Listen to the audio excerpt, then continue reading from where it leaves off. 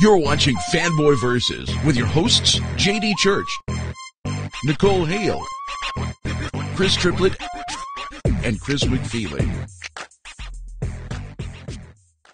And you are watching Fanboy Versus. I am your host, JD, and it is amazing, and I'm so excited to announce that everyone is on the show today. Wow. Chris Triplett is here, Nicole Hale is here, Chris McFeely is here. Wow. We have... Yeah. Yes, and it will not be that way next week, but this week, we'll focus on this week. Oh boy! This week, all of us are here. We'll take what we can get, right? Yeah, exactly. So we are all here. So it is Fanboy versus the Eisner nominations. As that's probably the biggest thing out, I guess, this week is the Eisner nominations came out. So Chris McFeely, you want to tell us a little bit about who was and maybe who was not nominated? It's one of those Eisner lists where I don't know who these people are and what these things are. Some of them, though, we know some of this stuff. Yes, some. You basically, it's related to the Oscars. It's almost It's more like the Golden Globes because they cover so much. I mean, there's so many things that go on in comics. You know, there's a lot of mini issues and stuff that nobody pays attention to that's outside of like the big two. And so there's a lot of those things that get the sort of artsy nominations. And then it's like you get down to the bottom to like writer, and that kind of stuff. And you're like, oh, okay, yeah, now I know some of this stuff. That was my experience. I don't know. I have the list in front of me here. So, best short story, I recognize nothing. We did talk about an issue of Tales Designed to Thrizzle at one point, didn't we? That was me. A story from issue number 8 of that nominated, but I'm afraid I don't recognize. Which one was it? It was called Moon 1969, the true story of the... Was that the one? I think I remember you telling me about that one. That's the one with Neil and... Is that Neil's the werewolf? Yeah. The reason why it all started was because a woman told a man, I will not do until men can land on the moon. You're not. I'm not. It was some kind of sexual gesture. She's like, why should I do that for you if we can't even get man on the moon? And that's why he was determined to go on to. Yeah, and then basically the astronauts turned into werewolves. Yeah, I vaguely remember this one. You read one of them. Yeah. It was one of the funniest things I probably have ever read in my life. Every panel, I was cracking up. So, yeah. See, Nicole knows this stuff. Well, that issue has also been nominated as one of the best single issues, or one shot. I actually agree with that. They had so many fun things in That's that one. good. So. Best continuing series is where probably we're all most familiar with. I know all of these things, essentially, but we've never talked about Fatale by Ed Brubaker and Sean Phillips, or Prophet by Brandon Graham and Simon Roy on this show before, but I know they get good press. And then the other nominations for Best Continuing Series are Hawkeye, Manhattan Project, and Saga. I think you guys, Saga will probably walk away with that. Good feeling about Saga in this category. I don't know. Manhattan Projects is pretty good. I think that Manhattan Projects is like good, but I don't see it. I mean, Saga is doing something. Manhattan Projects is, again, it's kind of that high concept, but it's just a little quirky. Saga is doing something really, really different. Like, it's really kind of, it's taking that Star Wars idea of, like, taking very basic elements and then making them fantastic and making them science fiction-y. And it's kind of doing that, but in a different way and for a different medium. So, I don't know. I think of those categories, I would have to agree that I think Saga can run away with it. I disagree. I think it should be Hawkeye because if they can make a comic successful for Hawkeye. Well, I think it's big. Well, I mean, let's put it this way. I think it's big that a Big Two series about Hawkeye, yeah. I mean, but a Big Two series even is making this in some ways, in the sense like, you find Big Two series normally makes in. Well, but in the sense that up against the things that it's up against. Yeah. I mean, we're seeing this trend where like the really big creativity, the really interesting stuff is being done out of Image and Well, you know. you can stop there because look at the 5 books. Yeah, I mean they're all Image, so Marvel. really, yeah. So I think that's the interesting thing to me, that we've got a new series that's really interesting, really exciting, doing some different things, and is happening at Marvel, of all places, and out of their primary universe. I mean, it's not like this is a Marvel side project. You know, this is Hawkeye. You know? Hawkeye. I'm not sure why they've separated. Normally, I thought the distinction between best continuing series was that it was a series that was already ongoing, and best new series distinguished that from that by being something new that started within the last year. But Fatale, Saga, and Hawkeye all get entered for best new series as well. I think we had this problem with Fatale's been around for a while, hasn't it? Yeah, well, I don't know. I think we had this same problem with our own sort of annual awards, where it's like, you know, do you want to exclude it from a continuing series because it's new, or... Yeah, I don't know. It depends on what they're saying, you know, how they want to set up their criteria. I feel they should separate new from continuing. Yeah, if it's in new, it can't be in both, you know. Yeah, by definition. Sounds But fair to me. Saga is, and it'll probably win it too. Yeah, I mean, it would seem like if it would win one, it would win the other. But yeah. I mean, if it wins best continuing series, how can it not win best new series? And if it wins best new series, that definitely means that at least Fatale and Hawkeye can't beat it in best continuing series. Yeah, the other nominations are Adventure Time from Boom Studios and Bandette by Paul Tobin and Colleen Coover, which I've been meaning to check out, but it's digital only, and you know me. Yeah. Bit of team. Yeah, I think I've heard of that, but I haven't. The Adventure Time would be that's kind of an interesting one out of that set. Like, we're talking about Cartoon Network Adventure Time, right? Yeah.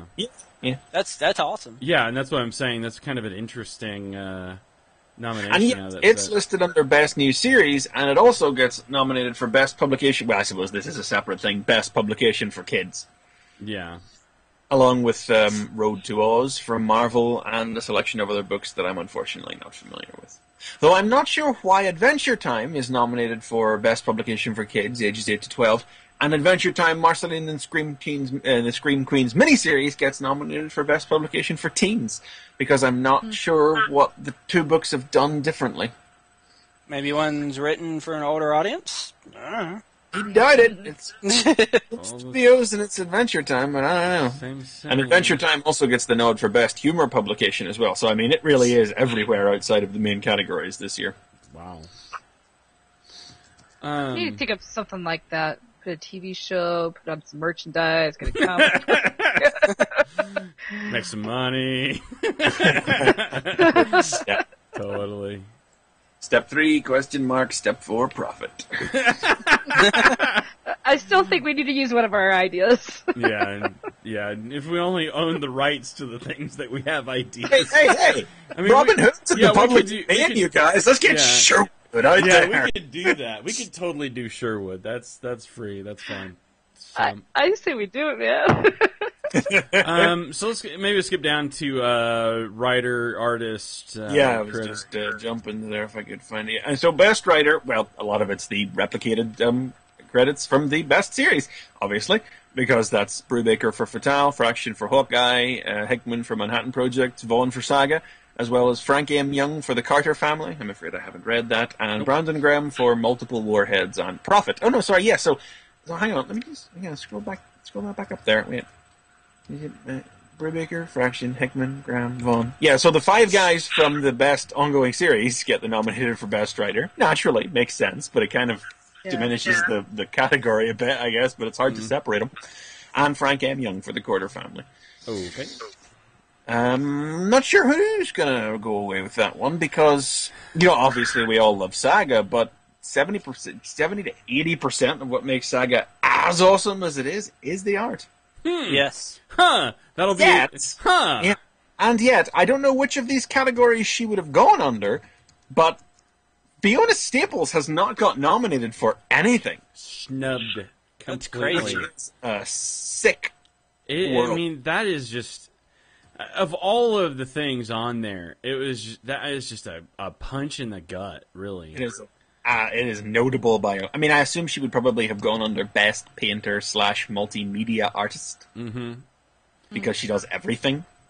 Yeah, exactly. And what are the nominations there? I mean, which is the one that we would boot off? That's 5 guys we've never heard of. Yeah. So did they not include her because she's obviously got to be a robot since she does all that work and robots can't win awards? Right. Is that what it is? That's got to be.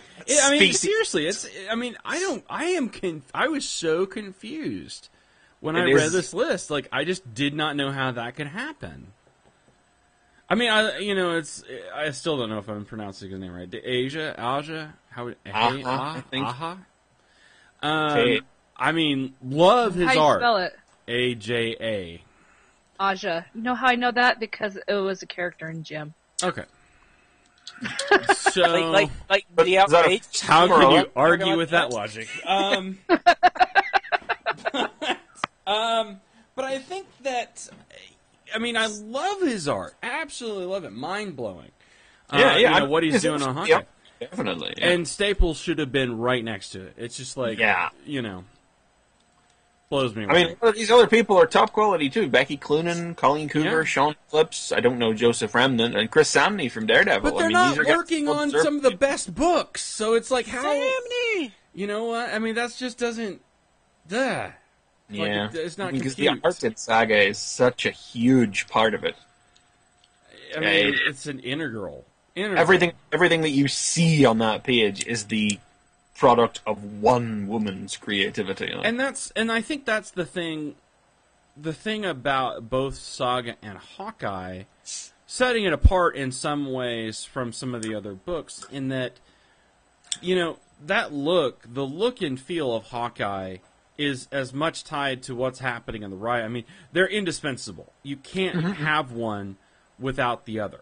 Whereas I think, I dare say, and I may be wrong, but I mean, I think in some of these books, especially the ones where you see the replication of the best book to the best writer, so there's a lot of things that's going on from the writer side. And that's not to say that the artists aren't doing a lot of hard work. They are. And so I have to be very careful with what I'm saying. But I think if there's any two books where the writer and the artist were indispensable from each other, where the work is about both of them, it's got to be Saga and Hawkeye. And to see... I would say it's probably less Hawkeye, to be honest. I could see... I mean, it's like...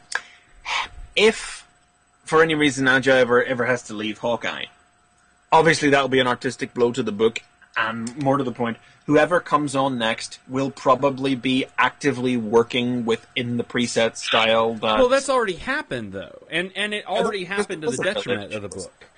I think that's comparable to when Javier Pulido and Marcos Martin left Daredevil. Chris Samney is not copying them or anything, but he's very much in that sort of stylistic wheelhouse, and he's using the visual shorthands and things that they came up with, like the depiction of the radar sense, in his work. Anybody who comes on to Hawkeye afterwards will have to do just what Aja is doing, but I could not see Saga at all without Staples. Like, if she left, it stopped. No. Like, I think that's the decision. They need to end the book when she leaves, probably. Yeah, basically. And yet here we are talking about it because she didn't get a nomination. So yeah, pretty ridiculous. Don't know why. Yeah. Anyway, not to harp on it. And I know some people were talking about Greg Capullo not getting a nomination on Batman as well. Which Greg Capullo is really good. Which I can see. Yeah. I can see. It's just like that book got totally passed up. All of Batman got pretty much passed up. On the Eisner. But, I mean, there again, I think it's... Let's be honest here, there is a shocking, not depressing, not disheartening, but actively shocking lack of anything DC. 2 books, isn't it? 2 books, and one of them isn't even... I think they had 2 nominations, was my understanding. Hang on, let me just hit the old Control F. Let's see. Yuko Shimizu has been nominated as Best Cover Artist for The Unwritten. G.H. Williams has been nominated as Best Cover Artist for Batwoman. Dave Stewart Okay, has I been can nominated. agree with that one. Batwoman's covers are always amazing. I don't know. I'm really over Batwoman at this stage. Yeah. Oh, I still love the artwork. I like the one from last month. So, but next year, what? J.H. Williams is doing Sandman, so I guess we're going to be seeing a see, nomination on that one. But interest. I'll be looking forward to. I'm actively looking forward to that. Dave Stewart has also been nominated as best colorist for Batwoman, but also for Fatale on Image. So that's season either, and that is oh my god, that is actually it. Wow. 3 nominations, and they're all for covers and coloring. Now, Just Marvel 'cause- got well, 5, but 4 of those are for Hawkeye, are they not? Let's just do a little clickety click. Best continuing series for Hawkeye, best new series for Hawkeye, Road to Oz for best publication for kids, Road to Oz for best adaptation for another medium, Fraction for best writer, Aja for Hawkeye as well, Sam Neill for Daredevil, Aja for Hawkeye's So cover. 7, maybe? 7 or 8? But there's a I mean, lot there's for a lot Hawkeye. of scenes there, but it's like Yeah. it's getting nominations for not to put down covers, but things that matter. Yeah. Yeah. I mean, covers aren't... Obviously, covers matter tremendously when it comes to comics, but they don't matter as much as they used to because people don't go into comic stores. yeah, a lot of people And people pre-order don't and- care about variants anymore. They don't give a shit I about know people variants. still care Don't about put it. everyone in the same category. Oh, I don't. Okay, give a well, shit you about are not everywhere, Christopher. Contrary to your own opinion. Like when you get a cover, and I love it when you get a cover, and then what's on the cover doesn't actually happen in the comic. Oh, that's just great. That's why covers don't matter. But I mean, I think just like any award, I mean, just like any award set, you know, people are going to get left out. You know, things are going to get put in that you go, eh. But you know, I think it's probably a decent cross section of things that we would pick. I mean, there's a lot of things on this list that we would pick. I mean, that are on definitely our annual Sorry. list. So Okay. Yeah. we have a question in the forum. Any nominations for J.H. Williams? just for the cover. Just Yeah, the, just for the cover. covers. Hey, did IDW get any nominations? Yeah, they did. They got several. One for Woodwork, the collected works of Wally Wood. That's an art book, so it's not really one of their works. David Mazzucchelli's Daredevil Born Again Artists Edition. Again, that was for best publication design, so I guess that was IDW's work. Richard Stark's Parker. That's an adaptation by Darwin Cook, so, well, yeah. Alex Raymond's Flash Gordon and Jungle Jim for best archival collection. They are really good at collecting other people's I read work. Flash Gordon and I laughed for most of it. It was supposed to be serious, but like... I know. IDW do a lot of stuff with those other properties, and they do. I mean, like, the artists' editions are fantastic things, no question about it. Chris Samney is also the penciler for Rocketeer Cargo of Doom at IDW, but he's been nominated for that and for Daredevil. So.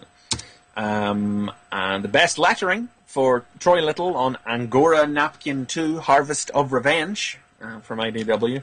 That's a great title.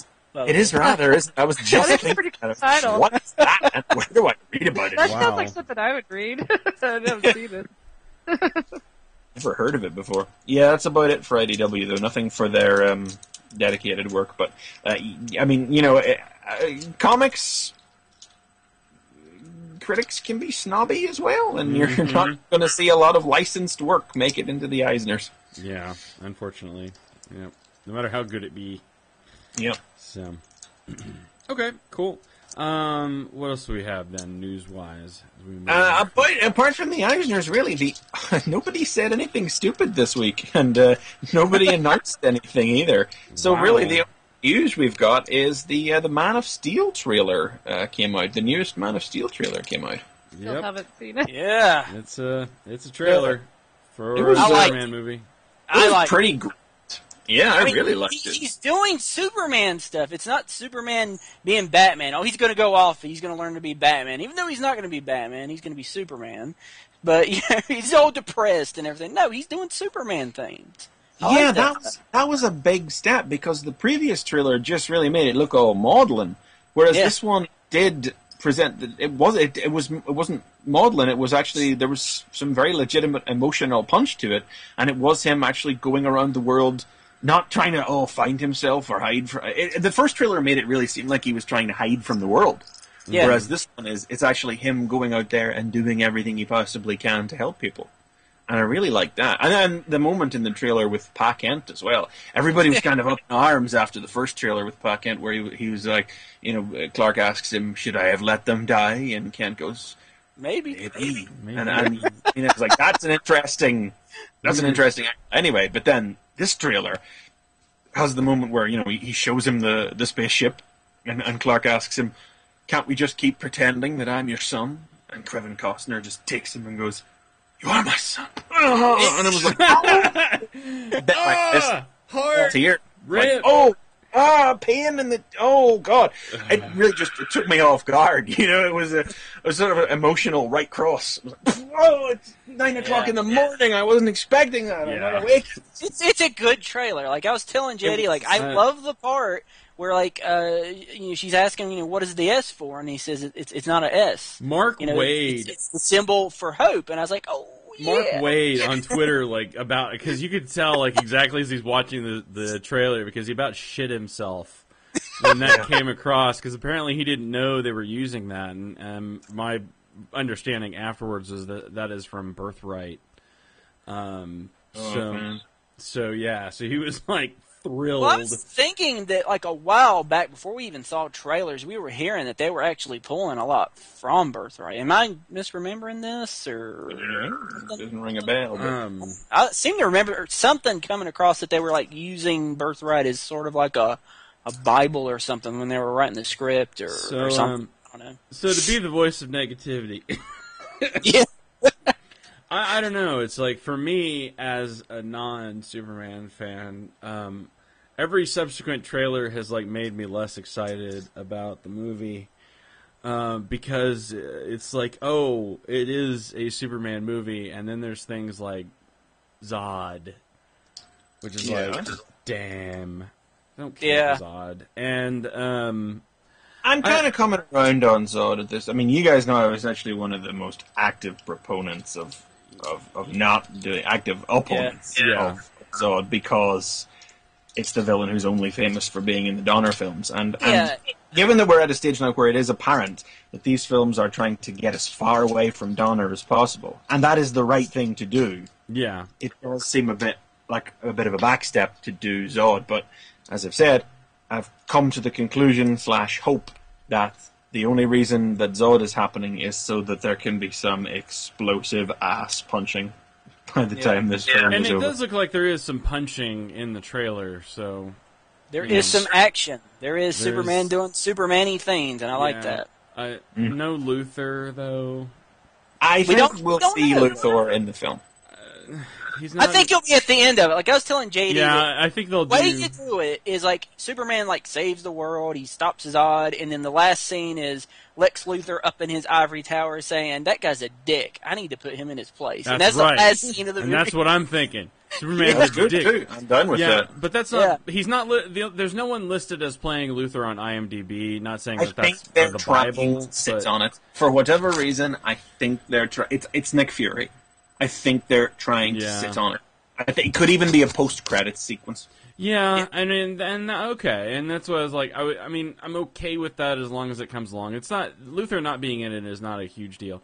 I have this weird mental thing, where I have problems with Jor-El having facial hair. It trips me out. I'm I have this vision of Krypton as this clean, crisp, utopian sort of world with smooth lines and everything. So in your utopia, nobody is allowed to have beards, is it? This is yes. Beardist, JD. Yes. No big thing, we can't be in utopia right yes, now. I'm such a beardist. I was telling him, Jor-El is one of the smartest men on Krypton. How can you show that he's smart if he doesn't have a beard to stroke it? He needs to stroke that's the beard. The beard is... That's why it's there. But I don't know. I mean, I'm not saying it's bad. I'm just saying there's a mental block there, for me. So, especially when you see, Clark later and he's so smooth faced and Superman's not smooth faced. Yeah. So unless it's the end of the work. Can I ask this question again? How does Superman shave? I was going to say that. I hope we get a scene. Things reflected off a mirror onto his face. Yeah, he shoots his eye beams off of the glass, and he burns the hair off of his face. Okay. I hope we get that scene. Yeah, hopefully we get that, because that is like... He gets laser surgery. I forget that it was a thing that was done. But yes, like, that's got to be the only way. Wow. I would think that if you give Superman a beard, you probably do have to, in a film, address the concept of how he shaves. Yeah. Yeah, because you can't... The scene where he takes a razor and the razor... might happen. You know, if we're doing a growing up scene, that might happen. That would be great. I would be for that, actually. Yeah. Hardcore. So, I mean the trailers are being deliberately, I would think, very reserved about showing the extent of his powers. And I'm thinking that is because there is going to be some arse-rattling stuff in this film. And they're just really, really holding back on it. Let's just say I'm hoping that they're holding back on it. I get the feeling they're being smart and they're holding back. I mean, as I've said before, like the scene where he takes off is really the only thing we've seen in the trailers to even convey the sense of Superman's power, and it really conveys it. I think I've said it before. I think it's really the first time in cinema where the true scope of Superman's powers is going to be apparent. The way the Earth quakes below him just from the force of him lifting off of it. And I think they're really holding back. I mean, I think there could be some planet-splitting punches thrown in this thing. Oh, God, please. Okay. I'm probably going to go see it, though. I mean, I'm not, I'm cautiously optimistic. All of this complaining on my side. That trailer did an awful lot to encourage me even more than I already was. It turned me around, because the first couple of trailers, I was like, I don't know about this. It seems too dark. I mean, Superman really shouldn't be Batman, And it seems like that's what they were doing with the first trailers, but the new trailers got me, hopeful for it now. It's still very gloomy looking, and I really wish I didn't feel they had to do that. If there's one superheroic character in all of fiction who is allowed to be bright primary colors, it really is Superman. Yeah. And I really wish they didn't feel they had to gloom down the palette of the thing. Well, and that's especially like I'm talking about, like Krypton. Like Krypton, like that scene of Krypton even exploding is like, I mean, it should look like the Emerald City exploding, I mean, that's the depiction of Krypton.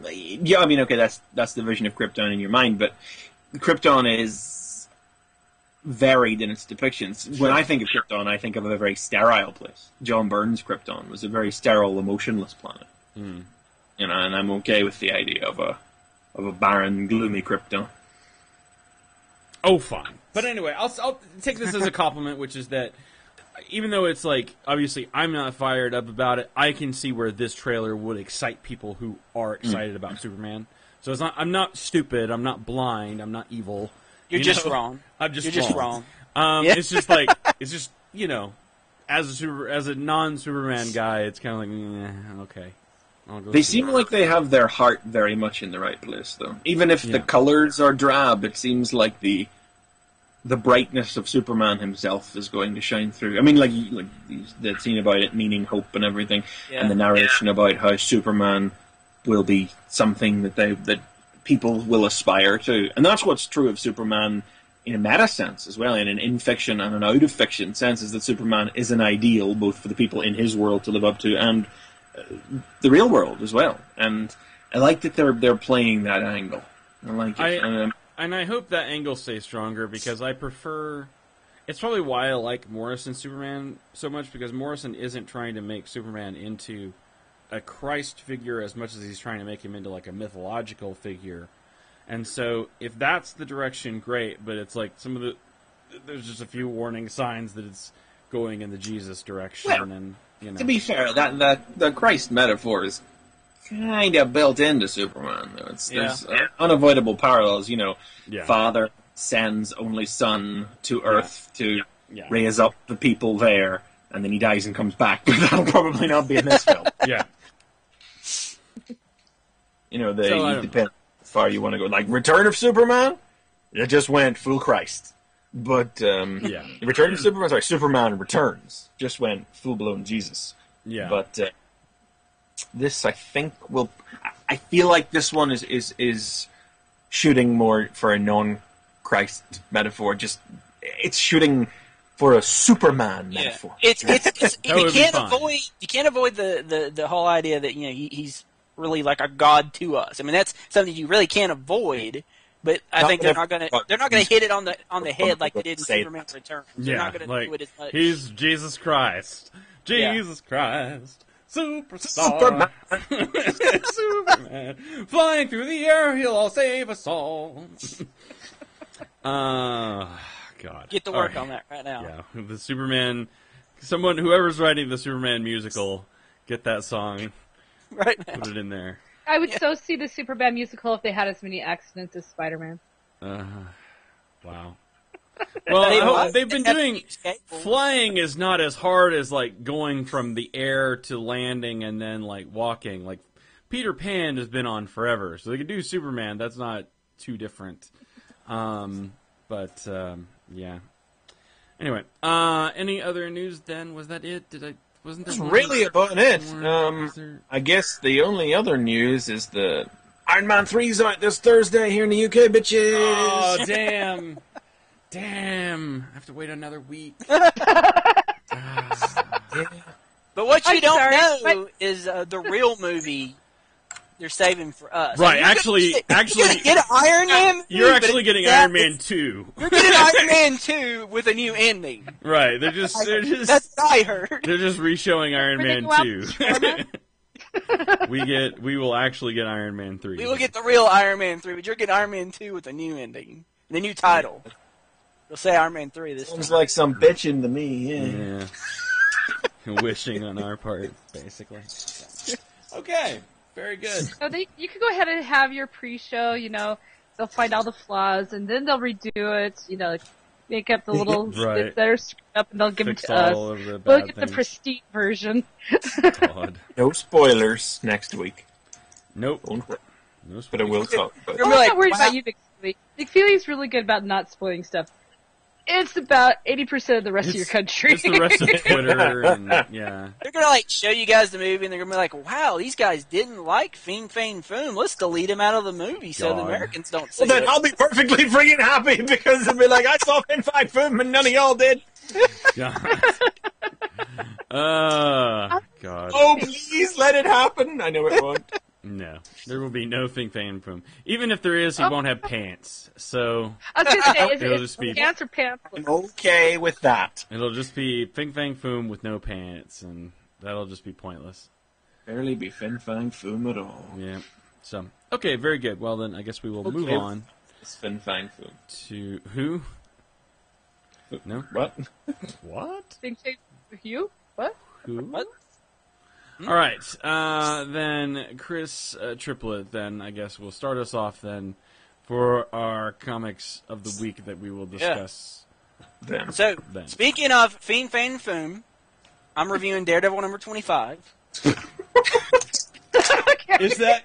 Are those two things related, or are you just yanking my chain, man? Oh, really? I wish I could tell you that Fiend Fang Foom was in Daredevil number 25. Make me the happiest person Mark on Earth. Waid loses his shit. Fiend Fang Foom in the next issue. I tell you, though, if you were to make me a short list of Marvel books most likely to feature Fin Fang Foom this year, I think Daredevil would probably creep on there. They could probably do it, right? Hey, if Mole Man can show up and if Daredevil can go to Latveria, then hell, anything can happen at this point. Yeah. God. And it's for Fing Fang Foom. I mean, it's another reason why we love this book so much. And you know, what's so great about this issue is the last couple of issues have been building to this. I mean, this is the big issue where this bad guy organization has been experimenting on people to kind of give them Daredevil powers with various problems or successes, however you look at it. This is the issue where you find the guy where it worked. There's another guy that's basically got Daredevil's powers. Daredevil tracks him down. Well, he sort of, kind of tracks down the organization, but, runs into this guy, and they are going to have a big old fight. And it's pretty freaking awesome. I don't want to spoil the ending of it. I especially don't want to spoil the sort of realization that he has while fighting him, because it's game changer. Oh God, yeah, Spider-Man. That was a spectacular little twist revelation on the end of that. I mean, you're going through the whole issue thinking things are one way, and then just at the very end, it's like just smacks you out of nowhere, and you go, "Oh snap!" When it turns out, like, we're not telling you what it is. No way. Yeah. It was that awesome. And shocker, the guy that he's fighting is a ninja. Shocker. Yeah, I know. No. Daredevil I ninjas. think that's the first ninja we've had in Mark Waid's Daredevil, though, and then wow. I mean, that's though it's the 2-year anniversary. It's like 2 years. Okay, now the ninjas. Yeah, now we can do the ninjas. God. But yeah, it's so good. I mean, guys, you should be reading this book because you're missing out on the best. It might be the best book that Marvel's putting out. I don't know. I love Spider-Man. Spider-Man was good this week too, but man, this one topped it. I'm sorry, it just topped it. This is a book I am doing in trades, so I mean, I am up to date as far as picking up the trades. I'll probably take some of them with me when I'm in out of town next week, so that I can have something to read. But totally read them, yeah, and keep going. If you like the trades, dude, start picking up the individual issues because they're so good. I mean, that defeats the point of reading in a trade, but okay, yes. I'm saying, if you get caught up on trades, I feel like you'll get caught up on trades, and then there'll be like 5 or 10 issues that haven't made it to trade yet, and you'll be like, damn, what's going to happen next? And you'll be like, I'm just going to start. And I'm going to wait on the next. I need to drop something to pick this back up. But yeah, it's so good. Yeah. I say about Daredevil what I always said about Journey into Mystery under Gillen, which was that it's amazingly consistent. Yeah. You know, some months you do get, some weeks, some months you get a book that's better than it. Some weeks, some months, that same book could be worse than an issue of Daredevil. Daredevil is just so rock solid quality. I can't think of an issue of Daredevil that I've not liked so far. I mean, I can't. I've went back and tried to think, was there an issue where just nothing happened and it just wasn't entertaining? But no, I mean, he doesn't waste a page. And Never. We talked about Samney getting an art credit for the Eisners, and yeah, you can tell why, because he's knocking it out of the ballpark. It's still just as beautiful as previous artists that we've had on the book. It's really good. I still love. I mean, I don't know how Daredevil's radar sense has been depicted historically because I've not read an awful lot of Daredevil, but that pink rippling line effect that Polito and Martin did. When they started the book, that's still around, and that's one of those visual hallmark sort of things that people will have to keep doing probably until Mark Waid leaves. To be honest, because I kind of hope if they ever reboot the Daredevil movie series that they do that, just to see that in a film and see how they could maybe do that in a film, because that would be a really cool thing to kind of take away. Because I figure if they ever do a Daredevil movie again, that they're going to pull a lot from Mark Waid, because this stuff's been pretty good. Yeah. I mean, I don't hate the first Daredevil film. It's got a lot of problems, but I don't hate on it. And it's one of those ones that's it's made by a guy who clearly loved Daredevil and maybe a little too much, but he pulled a lot of stuff from it. Owed tons to Frank Miller's Daredevil, but the Marvel Cinematic Universe is a lighter, brighter place, and I could really see Mark Waid's Daredevil. Oh, yeah. And, I mean, but let's be honest, Mark Waid's Daredevil is basically Stan Lee and Jack Kirby and Wally Wood's Daredevil. It's Wally Wood? That's not right. That Silver Age Daredevil, swashbuckly Daredevil. And I would like to see that. I'd pay to see that. Yeah. Do you have any theories about the big baddies? I mean, there's not really touched upon in this issue, but last issue we did see the big bad. But he was, all sealed up, so we didn't see who he was. But do you have any theories? I can't remember. I'm trying to think what we saw. So was it like a silhouette? Just saw his eyes. Remember, he's inside that thing. So I've been kind of thinking, and I was thinking, okay, who hates him so much that he would do these things? And my mind always goes back to, Kingpin. But can it be Kingpin? I mean, is it possible that they would even go in that direction? My mind keeps going to Bullseye. Bullseye, you think? I don't want it to be Bullseye. No, I don't want it to be Bullseye either. Yeah. I was remember the scene? He's inside that capsule thing. I remember now that I think about it. Yeah. Uh-huh. You see how there are photos and things being put up on the wall in front of him for him to study.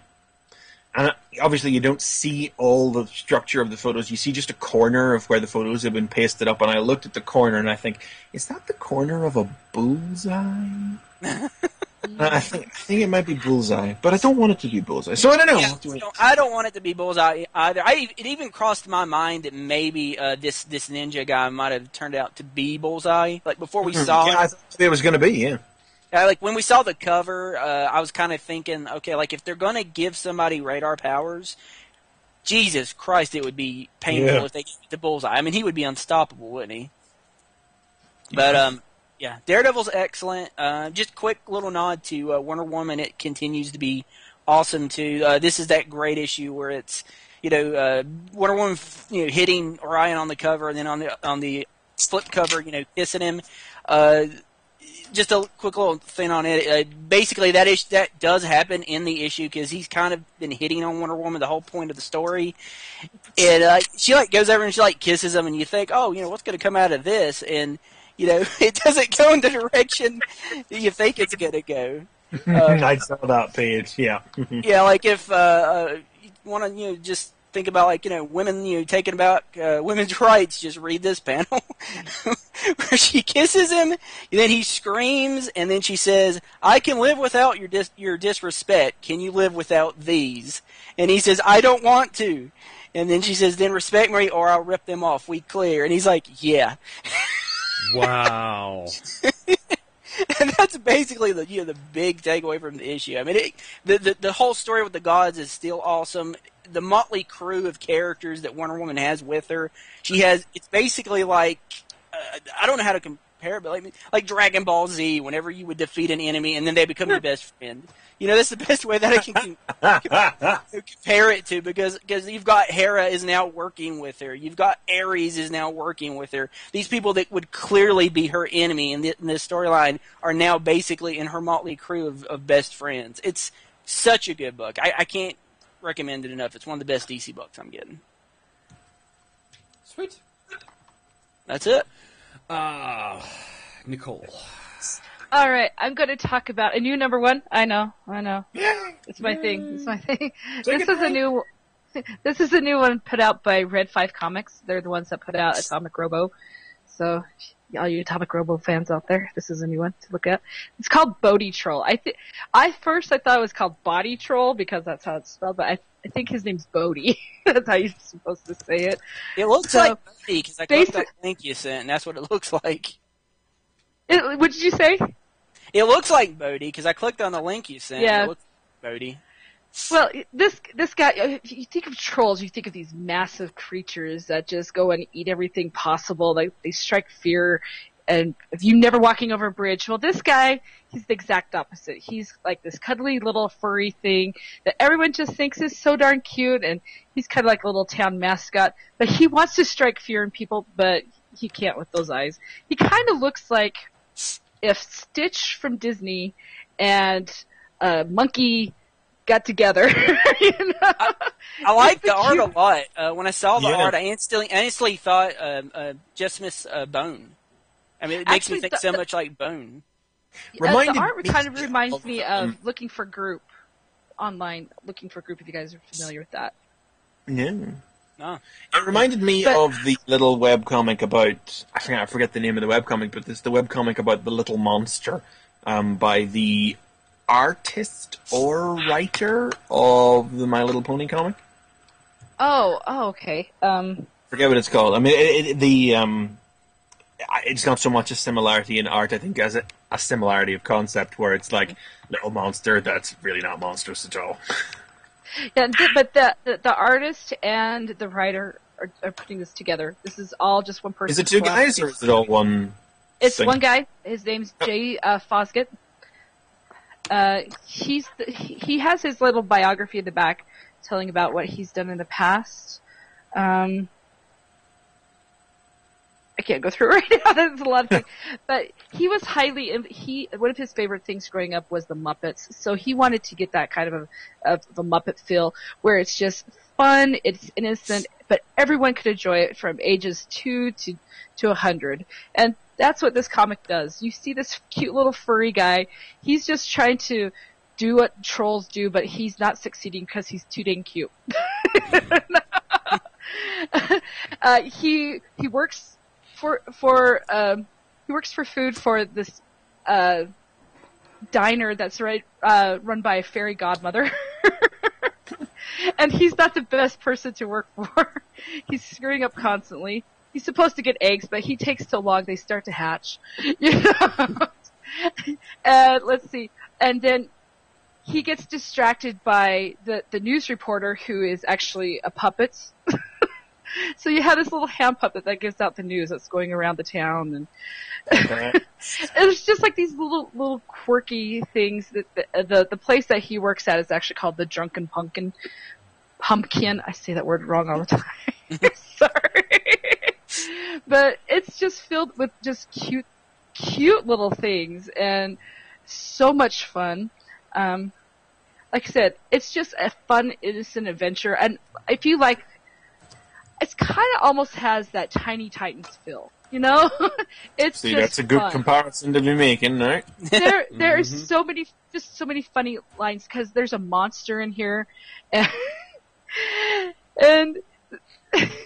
there's this whole, he gets swallowed by it, but he defeats it by, well, the fairy godmother helps. Let's just say everyone thinks it's because he peed in his mouth. Because he got scared. Yeah. He got scared. It's just one of those little things. The fairy godmother helps him, but he thinks he did it because he was scared and he peed in his mouth. It's just one of those little, it says like, it says right here, you kind of smell like pee.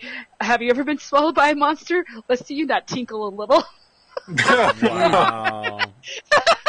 It's one of those things, and there's just these funny little one-liners. Like I said, the news reporter, the hand puppet, and then he does like a little sideshow with commercials about Kelly's possum nostrils.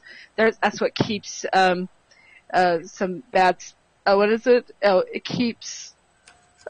What is it? It keeps hags away. So if you want to keep the hags away, you've got to try Kelly's dried possum nostrils.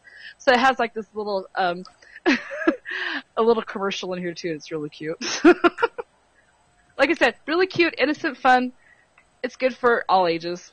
So, Sweet. and look at that face. How can you not like that face? Who publishes the book? I mean, is it It's Red 5 Comics. They're the ones that do Atomic Robo. Okay. Okay. Yeah, and he's got all these other artist friends that have worked on Red 5 Comics that does some sketches in the back. So there's some little extras in here.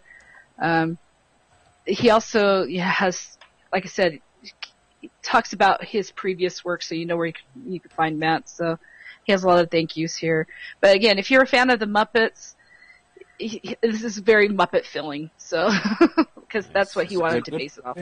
Sounds like fun. Muppets and Tiny Titans. I mean, it's like this is great. This is Chris McFeely. It's so much fun. Yeah. It's just like, look how cute this is. Oh my gosh, look at that. That's so fun. There's a lot of fun characters in here. I can't wait to see where this goes. So Sweet. Awesome. All right. Well, let's take a quick break, and we will be right back. Dad, why would Spider-Man be on a bus? Because he couldn't get a cab? No way, there's the Hulk. Hey, where are you guys going? They're going to McDonald's, where you can find 8 of the greatest superheroes. Because with every hamburger Happy Meal you buy for $1.99, your kids get a superhero action toy, like the Invisible Woman or the web-whipping Spider-Man, one with each Marvel superhero's Happy Meal you buy. Look, the Invisible Woman. Cause you had your break today. Huh. I didn't see her on the bus. All right, we are back, and it's my turn. So I'm going to talk about two things, hopefully quickly. First is going to be a new number one-ish. All sort right. of. It is. Oh boy, I'm so excited! I love new number ones. What is it, JD? It's He-Man and the Masters of the Universe. Oh. what? Which Say what? the number one on this should be in quotation marks. You shouldn't say number 7. Because, okay, so this is, I guess, the first official issue, but it obviously leads on from something else, because the first thing that happens is, like, the funeral for the sorceress, and there's like all the. Oh yeah, she did die. I forgot about There's that. some discussion about Tila's hair, which makes no sense if I didn't know it was different than what it is here. So I don't know. There's a lot of in-jokes and things where I'm like, this is supposed to be a first issue, and I have no idea what's going on. But basically, it's the whole, like, the whole... JD, just before you start, can I ask why? Why did I pick it up? Is that what you're asking? Was it pity? Yeah. What we want to know is, was it pity? Is that what it was? It was pity. It was a little bit of pity. It's one of those deals... It was the last issue on the shelf at my shop, and it's the cover that we had joked about, and the only reason I bought it is I wanted to see if her name was Herdak or not. And the girl Hordak, I mean, was that a reality? Or was that a real thing? That was the thing. No, that's the cover of this issue. Yeah, it's the cover of the issue. It's a thing in this book. So, well, maybe he's doing the Loki thing. You know, Loki wanted to be a girl at one point. You know. No. I'm kind of wishing I would have bought this so I could see. No.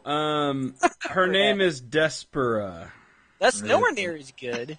So yeah.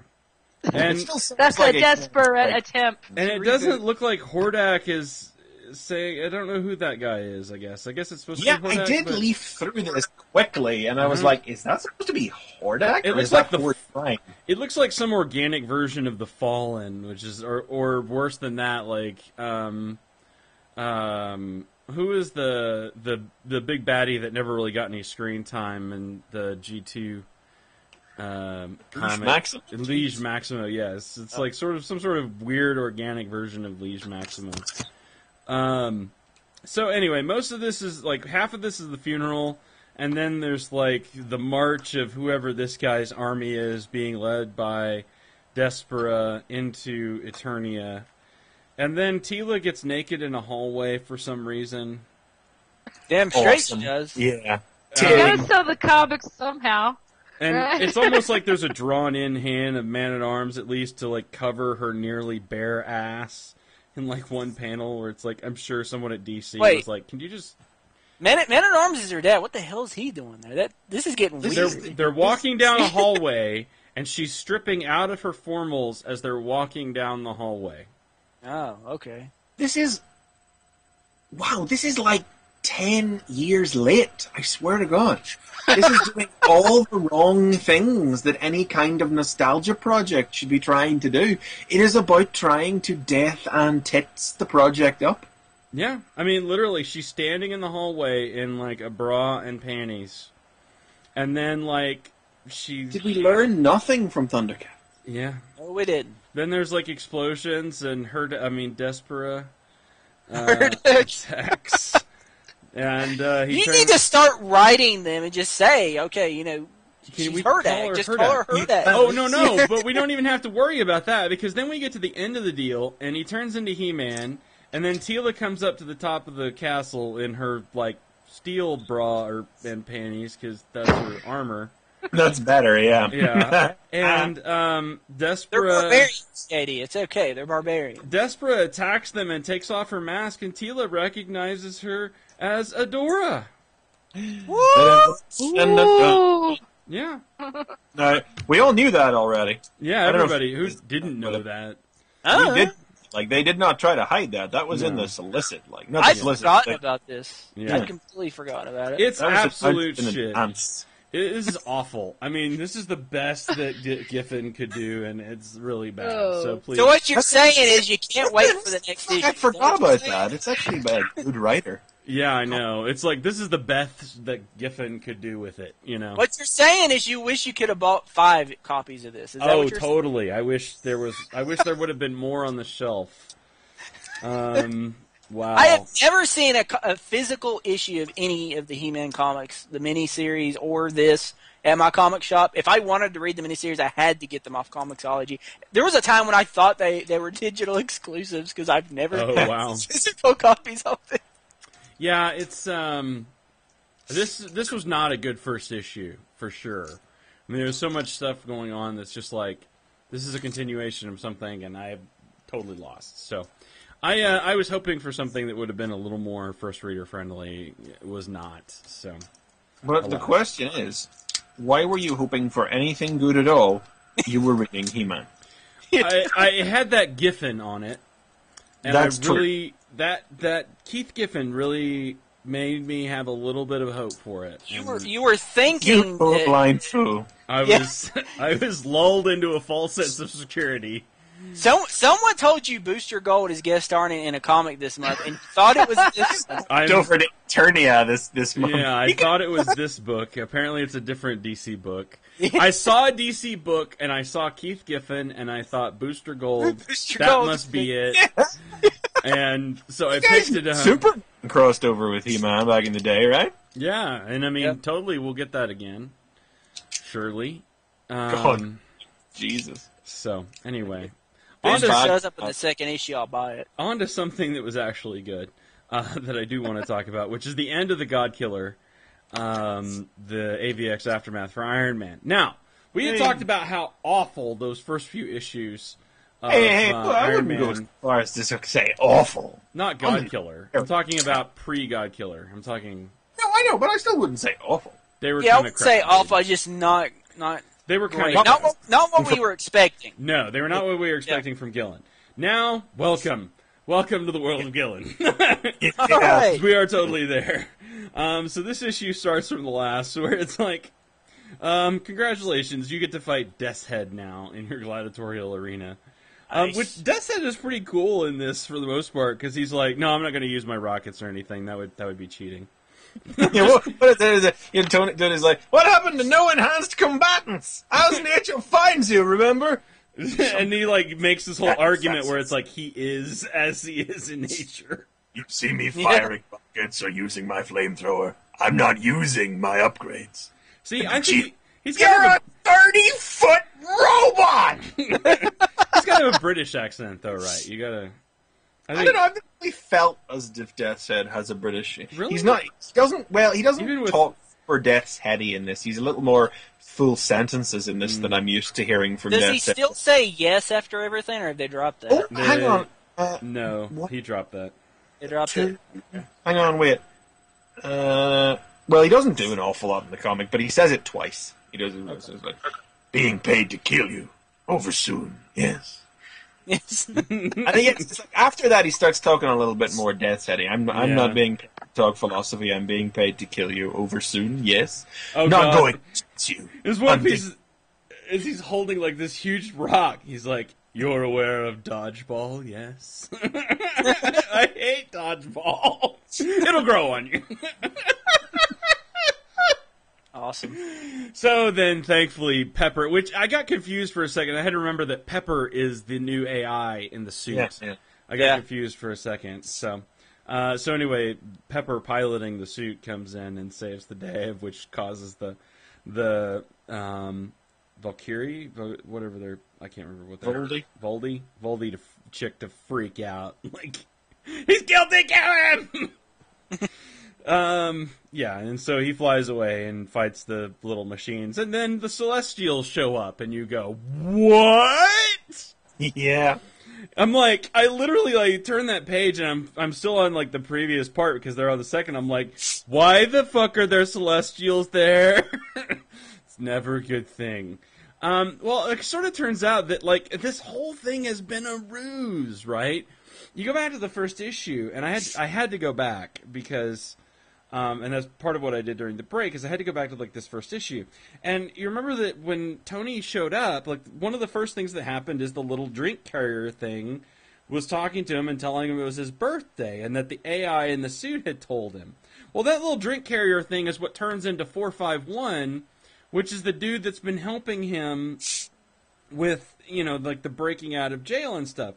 And then when he's talking to this Voldy chick later, she's talking about like their history and saying that they're protected by the heart of the Voldy, and that, in their time, the Violet Devourer, the Star Giants, the Unknowable, the flesh, he with the flesh of the galaxies, the Void Falcon, all have shown up and passed them by because they had this cool little thing that made them, sort of become, basically off the radar of big, godlike figures.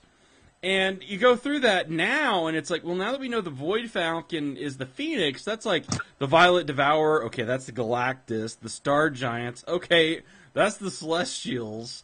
I have no idea what the unknowable might be. He with the flesh, the galaxies is Eternity. I mean, you know, so it's like, okay, wow, that was important stuff that I totally missed earlier.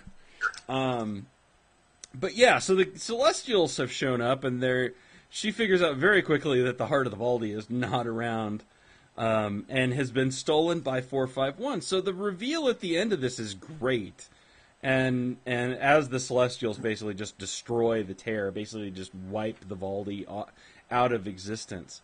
451 is talking to Tony, and Tony's like asking what happened, and he gives this great analogy, and I can do it no better justice than to just recount the story, which is he says, it's hard to explain, Mr. Stark. Try this. Do you ever wonder what a leech would think?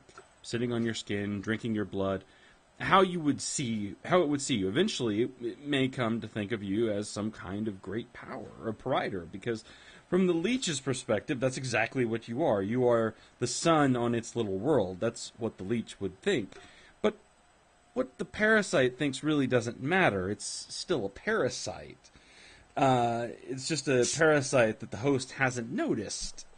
And so that becomes like the analogy here, where like the Valdi have been living off of, you know, celestial and godlike energies for all of this time, and the only thing that's been protecting them has been this Heart of the Valdi, which 451 needs, but doesn't explain why. And so he destroyed basically the entire Valdi civilization to get this little thing. And yeah. Awesome. Totally played out. Basically, Tony got played because he became the distraction that 451 needed to take this MacGuffin, I guess, for lack of a better term. But so it's going to be interesting. We've got some long game playing out now. It's like, yes, this is what I was missing. I need to get caught up on it. I haven't read the last 2 issues. It's been I definitely need to read this. It's a great read, and like I said, there's a lot of little subtle things that go on, like I said, that are easy to miss on that first pass. So you're saying you would rather have Masters of the Universe over this? Is that what you're saying? Totally. I mean, Tila in a bikini, I mean, come on. There you go.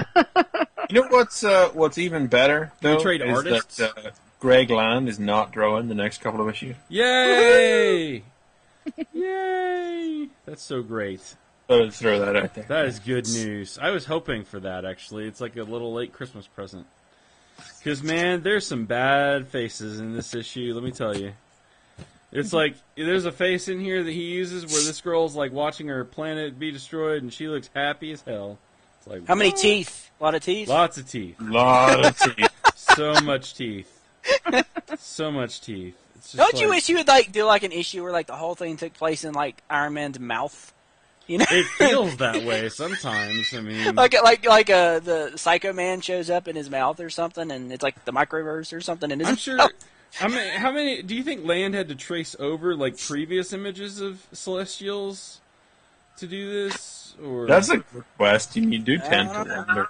It's like, did he just have to go find other images of Celestials? Because, woo, man. Anyway. Laugh there just before the Celestials show up. That princess appears again, and she's watching Iron Man kick everybody's ass. Mm-hmm. And she's like, "Oh, bravo, magnificent! Replay it once more. His heroism was almost enough to overcome the horror of his visage. Perhaps with some manner of sharpened implement, one could scour his face of that keratin." And the Celestials. Yeah, that was great. Good stuff in this. This is fun. Even just for like the depth and horror of all of this issue as well. I mean, it's just like there's a big world, big ideas. Tony, I think the space stuff is obviously going to be around for a bit. Other than of course, he's still trying to save Earth and stuff. I'm not sure what to make of this origin of Tony Stark setup. Yeah, it sounds like it doesn't. It's hard to know if it's going to have anything to do with what's going on or not, or if it's some kind of digression. Filler or something, or background. I don't know. Interesting. It'll be interesting, but yeah, that is the next issue, and it's out next week or week after next, I guess, isn't it? It's on the 1st, so. Yeah. So 2 weeks, we'll get that. So there you go. Iron Man recommend. Master of the Universe, not so much. Sorry. What a shock! Yeah, really. Like you couldn't have been told that ahead of time. So, all right, Chris McFeely. Yeah, okay. Time for me to get you all caught up on Age of Ultron. Oh, yay! Okay. Yeah. I guess the first Settle down.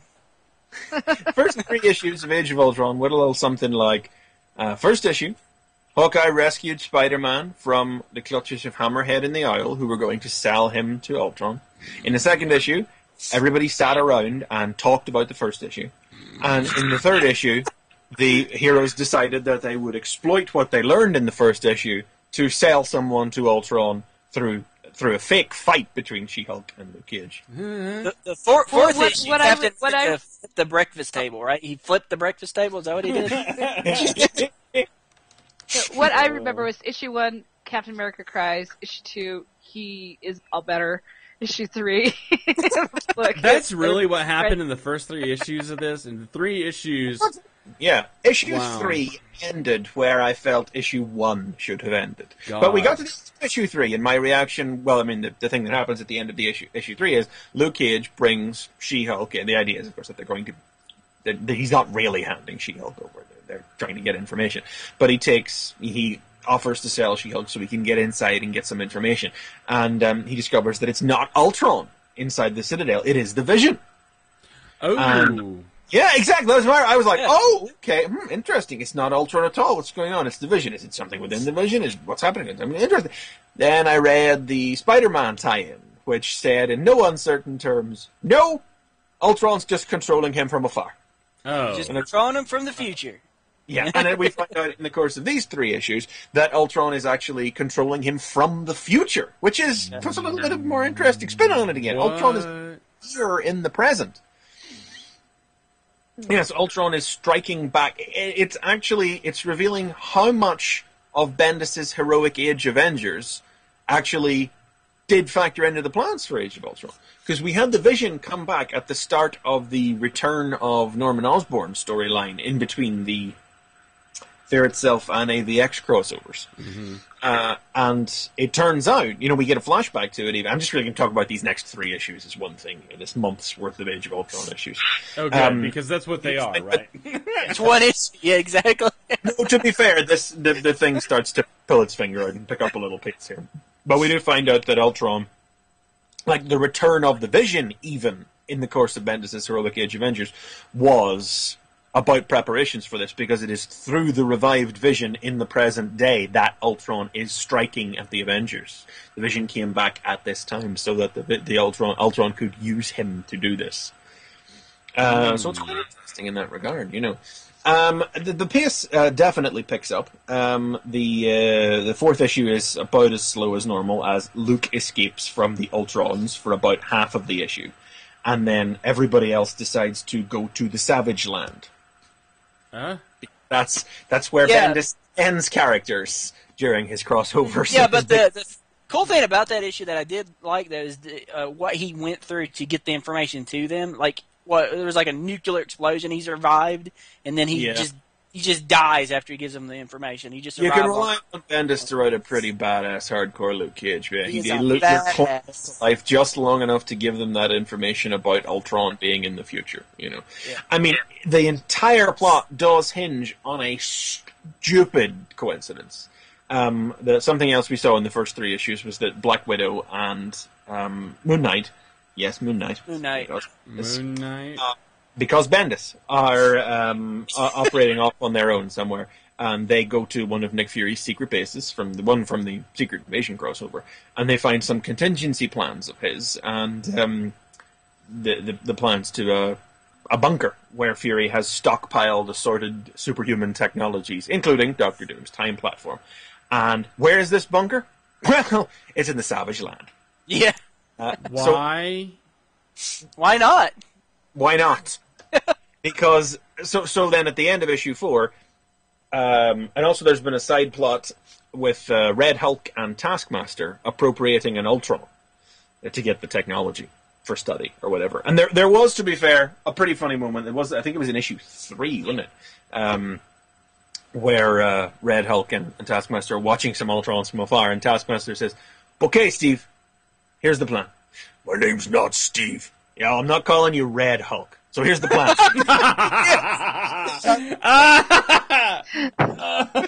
That's pretty cool. Okay. That's pretty cool. All right, that's funny.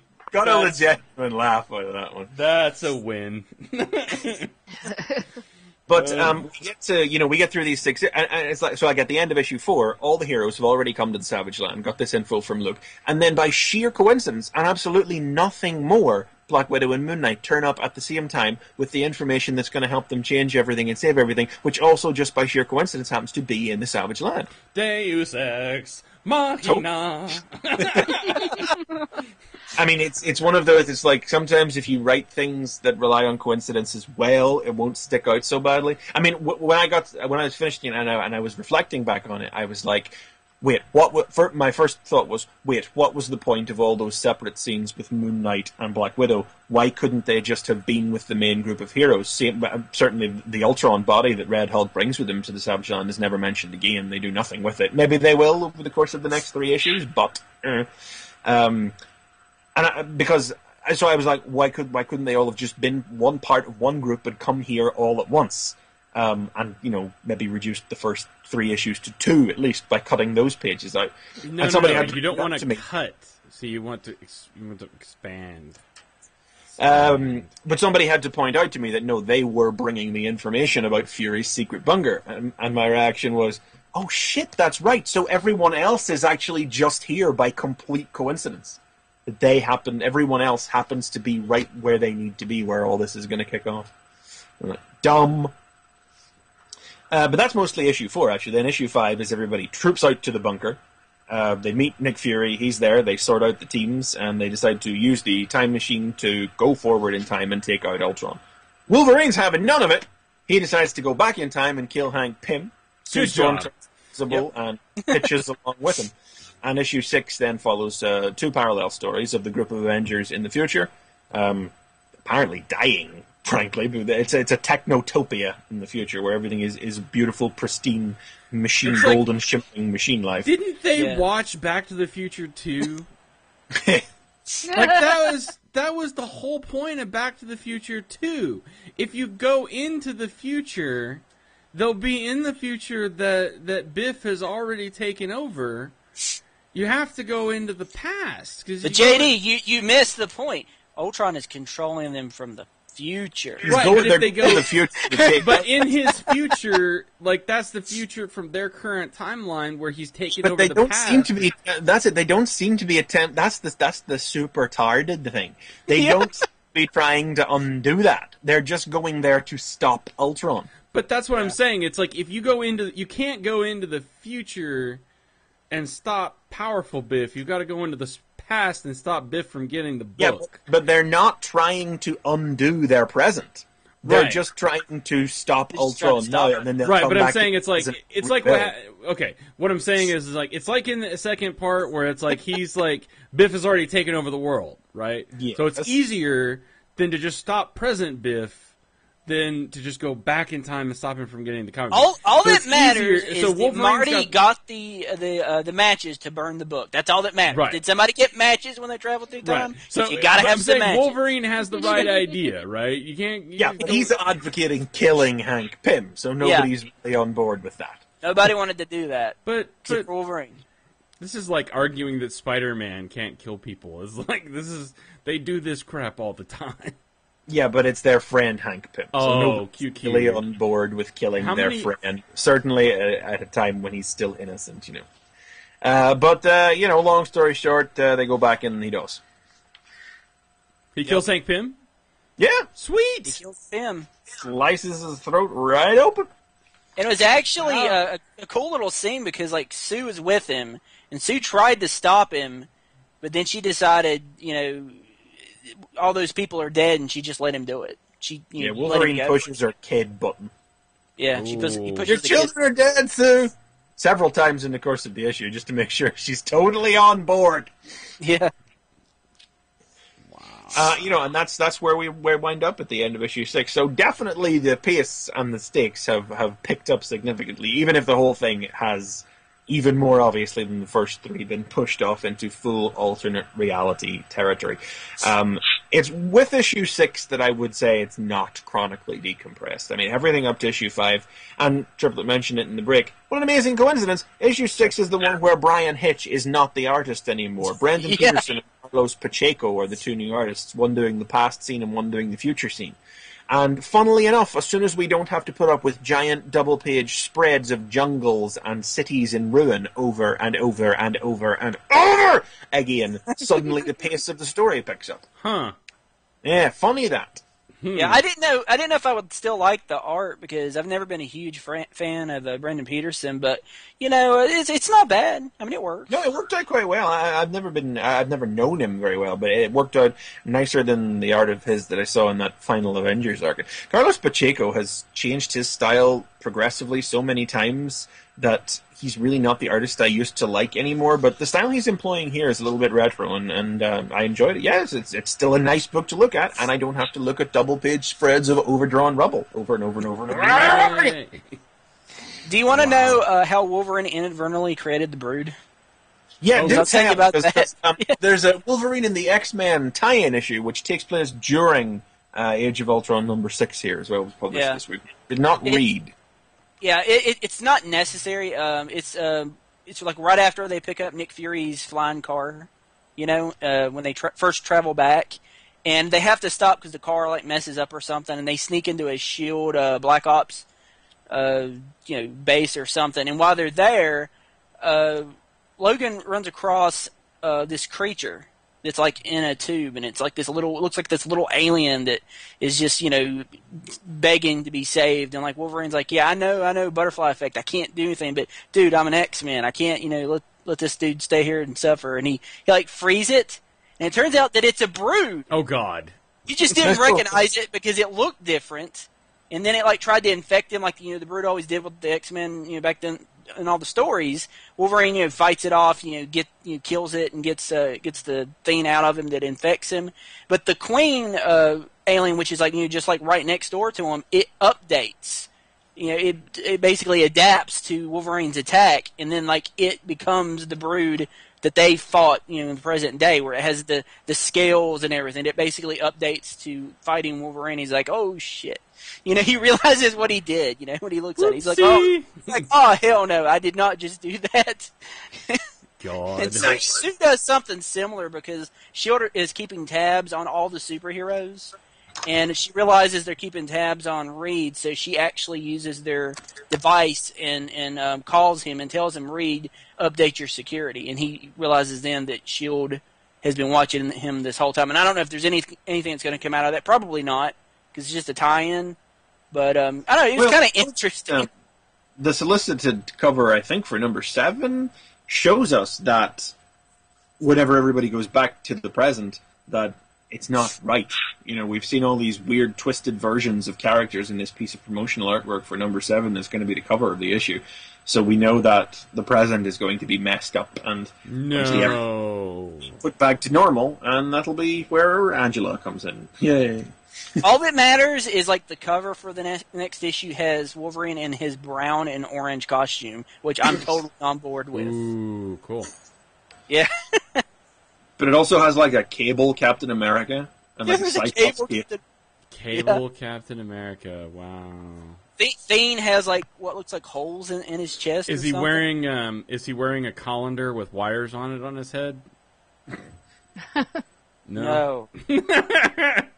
The Captain America looks like he's Nick Fury also, because it looks like he's got an eye patch.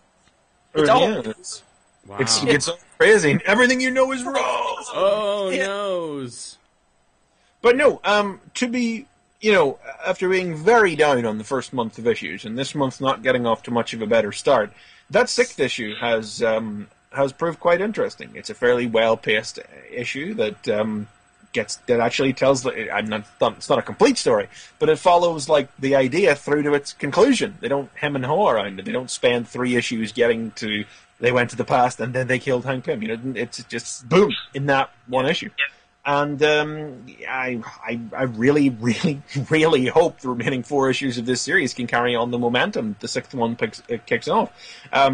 The first half is really bad, but hopefully the second half can be where the stuff actually goes on. So we'll see. Definitely one that's going. I said that like there's a difference between the first issue of a miniseries or the first issue of a story arc and the first chapter of a graphic novel. Well, this has been the first 5 chapters of a graphic novel so far, but hopefully things will change going on from here. I mean, all the issues of Age of Ultron from 1 to 5 have been like 1 and 2 star books at best, but this is the first one to actually be pretty decent. Now, they have like a new one coming out like every week, don't they? Well, they're throwing out 10 issues in a 4-month span. It's just they're just burning through the crossover. Basically, it was obviously supposed to be a few years ago when a much bigger deal, and the landscape of the market has changed completely, and they have to approach it a different way, and so they are. Was this going to be actual issues of Avengers back when he was doing Avengers? Is that what the plan was? Who knows? Yeah, I mean it feels that way, but yeah. It's just a different world, man. Yep. What was going to be a huge deal is now like a side project, and it's kind of like they had to make some money on it. Yeah. So, all right. Well, that then brings us to the end of the show, where we will talk about Spider-Man, because we will. I'll just run through this, I guess. Is that okay? Sure. Fine, whatever. There's not a lot. I mean, there's not a lot to it, but there's an interesting bit at the end. So this storyline, this mini arc, I guess you'd say, is this 2 issues? 2 issues for this? Yeah, basically. I'm not confused. Yeah, it's kind of 2 because I think like the last issue kind of kicked this cardiac thing off. Right? Okay. Yeah. Yeah. So Ellis Wortham, who is Elias Wortham. Am Cardiac. I saying that right? Yeah, he's cardiac. Just say cardiac. Just say cardiac. Yeah. Cardiac. For cardiac? Yeah, no, you don't. No, you don't. I do. Hell yes, I do. So do I. No. Remember Eric Larson drawing Cardiac? I was like, man, he is badass in 1990s. He's got to stand in a little girl. So he's like a vigilante, but he's got a secret medical facility. Cardiac is the kind of supervillain you only know existed because you bought some trading cards in the 90s. Yeah. Wow. So Cardiac has like and I wouldn't be surprised if he had those, McFeely. Oh, he did. Oh, I'm sure young McFeely did. Anyway, and he needed this brain scanning thing that just happened to be something Doc Ock had to save the life of this little girl. And so he went and stole it. This is all last issue stuff. And got into a tussle with Spider-Man. And then Spider-Man was about to be apprehended by the Avengers. And that's where we basically start this out. And I got to the end of that issue, and the Avengers were all quite reasonably saying, Spider-Man, we need you to submit to X, Y, and Z. And it's everybody's taking it all quite calmly. Yeah, and then Otto was all like, no, I'm not doing it. I'm not doing it. And then, no, you really have. No, you have to make me. And then basically, my reaction at the very end of last week's issue was, oh, hell no, y'all done fucked up now, Otto. I love how the fight happens. Which is why I could read it. I love how the fight happens, and it's basically all the Avengers attacking him, and it's like, you got like Thor, you got Wolverine, you got like all these super-powered characters, and then it basically ends with Cap just hits him in the head with a shield. Flame! I know, he's flying in a page spread. Like, yeah, there's a couple of things that happen, but I mean, I love Peter in the background too. He's like, oh, I know it's Otto, but this is still my face, not the face. Oh! But yeah, they knock him out. Well, of course, what we failed to mention from last issue that's important is that Otto started to hear him. Yeah, Otto's kind of hurt him in a few situations, very particular. But so and then there's this full page of Carly talking to Cardiac. It would seem as well. They don't say who it is. They don't say who it is. I don't know if it's Cardiac. I wouldn't say it is Cardiac. I don't think it is. Okay, wow, sorry. I think it's somebody else. Yeah. I saw a doctor. And there's only 3 doctors in the Spider-Man world. I just connected it to the issue, I guess. Well, she said because I didn't turn you in, and 2 because you're a good person, and 3. So I mean, I don't remember Cardiac being in any of the Dan Slott stuff. So I don't think. No, I'm assuming this is the police captain who's the Wraith. Yeah. Oh. That's a good guess. I was trying to think who it was that she's dealt with before. Oh. Yeah, that's. I was tying it to him needing the helmet. But I was tying it to him needing the helmet, and she figuring it was Otto inside, and the Otto would help him. I don't know. Anyway, I was wrong. Whatever. Not a biggie. We'll see. You saw a panel with a black person, and you just That is not. it was I saw a doctor coat. what the hell? I saw a doctor coat. Where's the doctor? Nobody says anything about a doctor. I saw the white clothes. Are doctors now? What? What? Screw you all. Anyway, so more than one black person can be a doctor, JD. Yeah, JD. Did I say anything? Okay. You know what? We'll just. Hey, I don't even know if they're supposed to be black. The skin is quite dark in the image, but it could just be because they're in shadow. The police captain isn't black. Yeah. Anyway, they do a lot of scans on Spider-Man. And I love this part because it's like, all right, well, we've done all these scans, and you know, Ox thinking the deal is up, and he's like, well, we've done all this, we've done conclusive testing without a margin of doubt. You are definitely not a Skrull. I broke down. That was pretty funny. Lolled. It's like Peter's response was great. What? That's it? You're not being controlled by that. Space Phantom, a Puppet Master, Purple Man, or the Controller. And it's like, oh, so I'm all good. It's like, yeah, you're great. No problem there, Peter. You're good. Oh, thanks. Meanwhile, Peter inside. Ah! Why? But Ock notices the anomaly that no one else does, which I love. Like Ock's response, he was like, "How fortunate that like the B team would be here on the day that they want to scan me. Like no one else that would have any clue. You know, I'm the only one." No Tony Stark. Yeah, we're okay. Yeah, so this is great.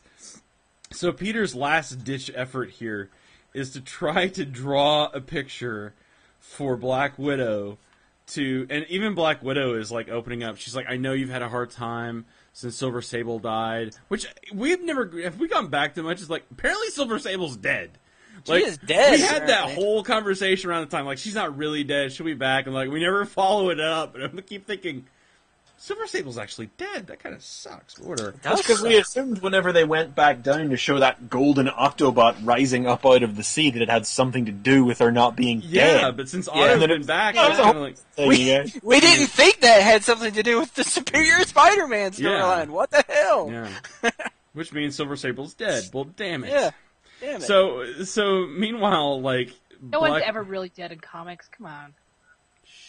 Anyway, I can't think who the writer is that would go out of their way to bring Silver Sable back. Oh, God, I just thought of a way to bring her back. They will. Oh, they'll bring her back. Okay, Silver Sable is in the body of the Rhino. They died together! Sexy. Oh, there you go! Oh, man. Okay, so Black Widow's all like, you know, it's okay, you can open up to me, we'll be friends. And Otto's like, yeah, we'll be. Yeah, totally. Peter, meanwhile, he can't write something because he doesn't have control of that part of the brain, but he can draw a picture. So he draws a picture of the worst version of an octopus with an arrow pointing. I love this line from Black Widow. No, she's like, for someone called Spider-Man, he sure draws a lousy spider. I'm like, There's a lousy spider. Wah, wah, wah, wah. Yep. So, meanwhile, there's this other great part here where it's like, you know, Ock goes and he's going to rough up Cardiac to get, you know, Otto's equipment back, which he keeps having trouble with tenses and pronouns in this because he's really trying to say that he's trying to get Otto's thing back, but he really keeps trying to say it's his.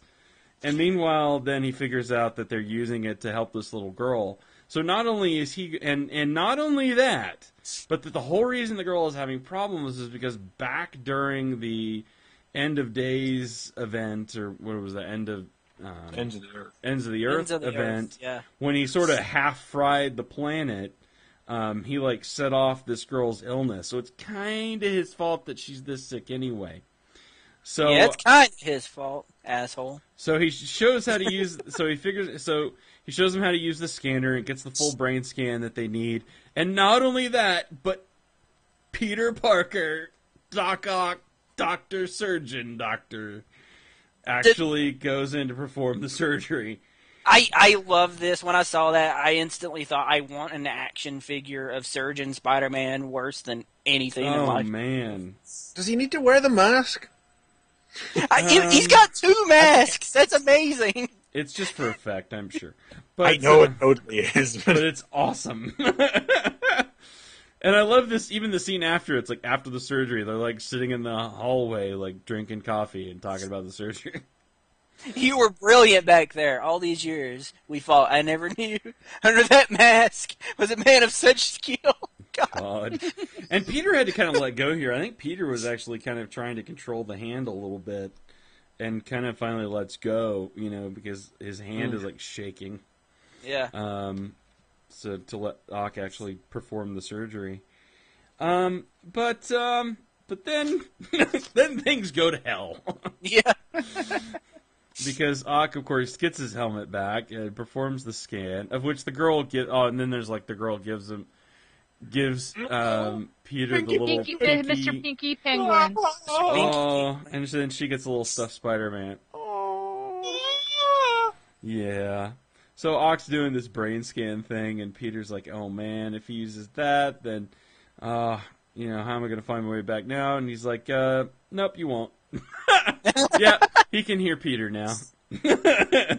What's this? You gotta give us the last line, Chris McFeely. I'm sorry, you would do it better than I would. Which one? The very last one? The very last one. Yep. All of Peter's memories I kept in his head, taking on a life of their own. Time to put a stop to that. Robots! Last Doctor, ready my equipment. I'm going to perform a Parkerectomy. Yeah. Oh. I love the cover to the next issue, too. Did you look at the cover? Yeah. Yeah, that was kind of creepy. It's the brain forming the letters. It says the Superior Spider-Man. It looks like Peter's down in the bottom of it and Ock's at the top of it with his arms going... That's a Marcos Martin cover. Totally. It's beautiful. Yeah. Yeah. Next issue is supposed to be the issue that's going to piss everybody off worse than 700. Really? Yeah. Yeah. Wow. Maybe they are I'm gonna take excited Peter. for it. Maybe they do take Peter out then.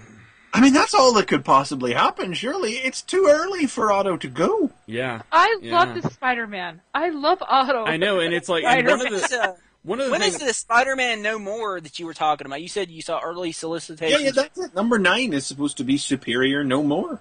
Okay. Huh. I mean, I'm assuming, my guess now at this point is basically that these first 4 months, had Ghost Peter in them to bring people slowly round to this. yeah.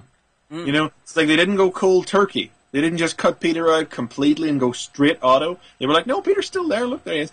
And it was like, it's like you thought he was going to come back. But now that we've had 4 months to get acclimated to Otto and to actually really like Otto and realize that there's tons of stuff that really feels like there's yet to come with this version of the character, we can now kick Pete out of the book for a while.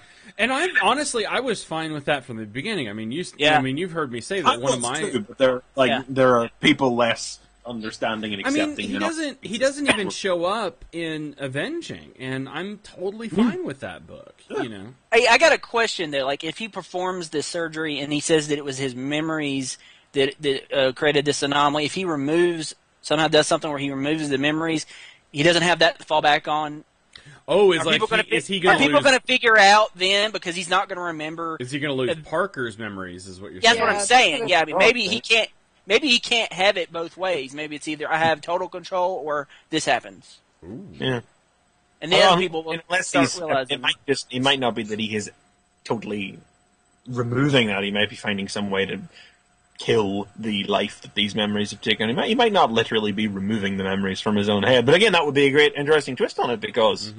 Yeah, then he would have to be like, what do now? Anymore. And I like this idea that it's not really Peter; it's just Peter's memories becoming sentient. I mean, that's what I was wondering, because if Peter's memories get, say, put in another body, does that mean that he won't have any memories up until the point where Ock took over his body? Yeah, I mean that would be the implication. Like saying he's not going to remember anything that's currently happening because those aren't Peter Parker's memories; those are Otto Octavius's memories. But then these memories are alive, so to speak, and they are aware of what has happened. So are they going to remember this? So, like, it seems a bit wishy-washy and pointless. Then, if they remember that, that would mean the one blank spot would be everything from when Otto took over to when Peter died and his memories took on a life of their own. There would be just that one blank spot in the middle. Don't remember the exact circumstances that led me to this point, but... Well, he's never, left that indication that, he's forgotten something, right? I mean, we've never gotten that out of him yet. The implication from what he has said is that this Ghost Peter, the memories, whatever, they are aware of everything that happened, so... Yeah. And he doesn't know how it happened. He just knows that, hey, somehow I'm still in this fight, like he said in the first issue. Yeah, he doesn't know how he's still alive, but he is aware that he died and that took over his body and everything that happened in between. So, God, I'm looking forward to the next issue. Jeez. Yeah, I mean, we're getting, what had kind of, wow. I mean, the whole thing is just awesome. This is good stuff. Such good stuff. Yes. You know what's also great is whenever Cardiac refuses to give him the brain dealie, and he goes, "Then the die is cast!" Oh, man. Yeah, that is a Spider-Man action figure that's dressed as a surgeon that says, "The die is cast," when you press it on his back. Like a Superior Spider-Man figure that you put like, "The die is cast! Whelp and web snap!" You dolts! No one in this room understands me. Robot! Oh, this is fun. I'm excited for it. I am even fine. I mean, Slot can do no wrong at this point. I mean, Slot we trust. Yes. I mean, dear God. I mean, Slot is doing something that sounds bonkers and crazy and like something you wouldn't dare do. I trust Slot's got a plan that's going to make it all work. And I mean, it's like who could do this? Who else could kill Peter, put Ock in his body, and make it this awesome? You know, I really can't imagine another writer doing this to this level of success. Yeah, and it all stems from Dan Slott's love of Spider-Man and his love for the character, and the fact that he'll never do anything to permanently hurt the character. No, I mean, as long as Peter's body is still around, I mean, I think there's always a way to undo it, and it will be undone eventually. Yeah, it's still going to happen where, Rock's going to hit him in the head, and it's like, hey, everything's all right now. You know? Well, I mean, something... Like when Ock goes to sleep, Peter Parker wakes up or something like that. They'll body share, and that'll be that'll be the thing. What would be awesome is, he's fighting, Thor or something, and then, lightning hits him. He's like, oh, hey, I'm back. Can two much enemies live together in one body without driving each other crazy? Oh my God! do do do do do. Oh God! I was just thinking. I just had a crazy thought. So if it does happen and Peter does come back full control and Otto doesn't die, Otto goes into something else. What if he goes into the robot? What if he winds up in the robot? Maybe that's why the robot's been. Could that be why the living brain is here? That living brain. It is that could be where he winds up. It is a living brain. It's an interesting theory there. It's he'll think Otto's dead. He'll think he'll die, and then there'll be this die is cast. The die is cast. Maybe Peter will appear to be removed in the next issue, and then in a year's time it'll turn out he was inside the living brain all along. Oh, that would be in the robot. Yeah, somebody's going to be in that robot, I think. I think that's where we've ruined it for ourselves now. Oh, I think we have. We figured it out. I'm too smart. I need to not think so much. Yeah. Split. God. Thanks, Obama. Jeez. All right. Well, that was great. That was our show. Sorry, listeners. We ruined it for you, too. We ruined it. We figured it out. Sorry. Okay. So, rundown, real quick. Download app, please. Dear God. Website, go to... no, it's on the App Store, the Google Play Store. You can download our app, and when I upload the show, you would be able to download it from there. Ideally, I would upload the show. Yeah, doesn't happen always. But yeah. So, you can also go to the website, fanboyversus.com. Follow us on Twitter, @fanboyvs. We do try to live tweet during the show and do things like that occasionally. And retweet cool news and stuff. I think I retweeted the Eisner's nominations this week. But so those are things that you can get. Yeah. Follow us live. Listen to us live every Sunday, 4 p.m. Eastern, 9 p.m. Well, most Sundays, 9 p.m. GMT. And that is at tfradio.net/live. That's where you can find that. So, if you do have questions or comments or ideas or thoughts or whatever you'd want to send to us, or tell us you hate us, tell us you want to punch us in the face, whatever you want to tell us. he hates you too, don't worry. Yeah, not a problem. Everybody hates me. So, you can send that into, I believe it's contact@tfradio.net. But there's email then on the website as well, which is another good reason to go there. Or just tweet it to us. That's always fun as well. So, anything else? Big week next week, apparently. Yeah, I got over a dozen things. I've got 15. Oh, God. What comes out next week? I haven't even looked at it.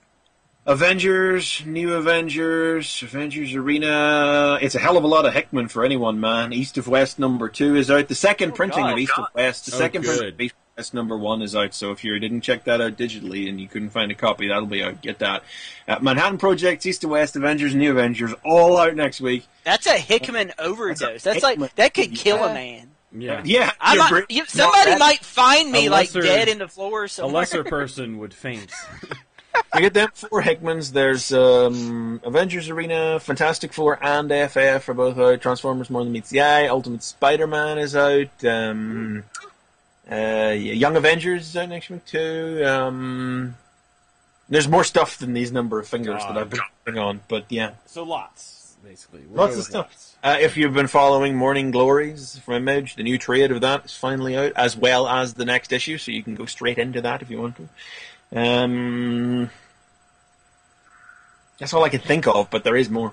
Wow. Big week. Big week. So, as I said, I will not be here next week. My sister is getting married, so congratulations. To my sister, Liz, and Matt. So I'll be in Western Maryland, so if you're in the area, I'll be busy. Leave me alone! I'll be extremely busy. No, it's cool. I'm not they're a very small wedding party, so I don't even have to do anything. I can just show up. So it's not like I have to be in a wedding party or anything.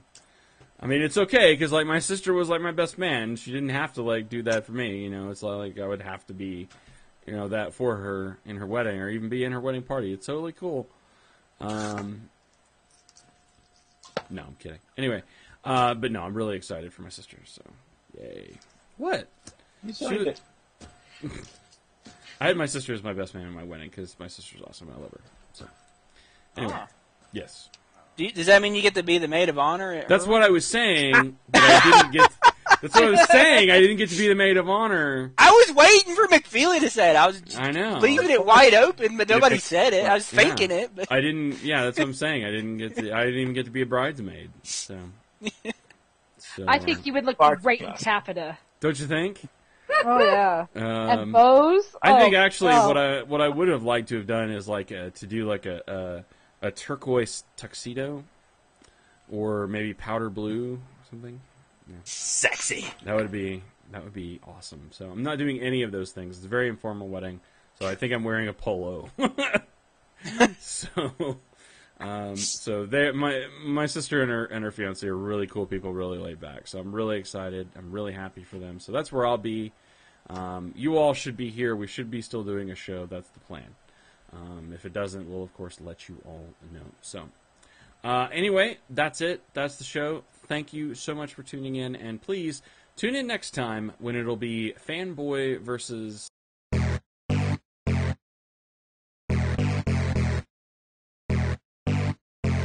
This has been Fanboy Versus.